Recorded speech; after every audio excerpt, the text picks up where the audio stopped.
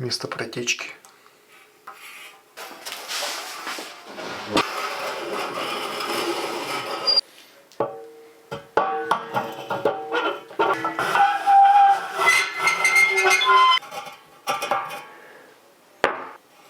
Эту прикладку под замену. Вот они прикладки старые.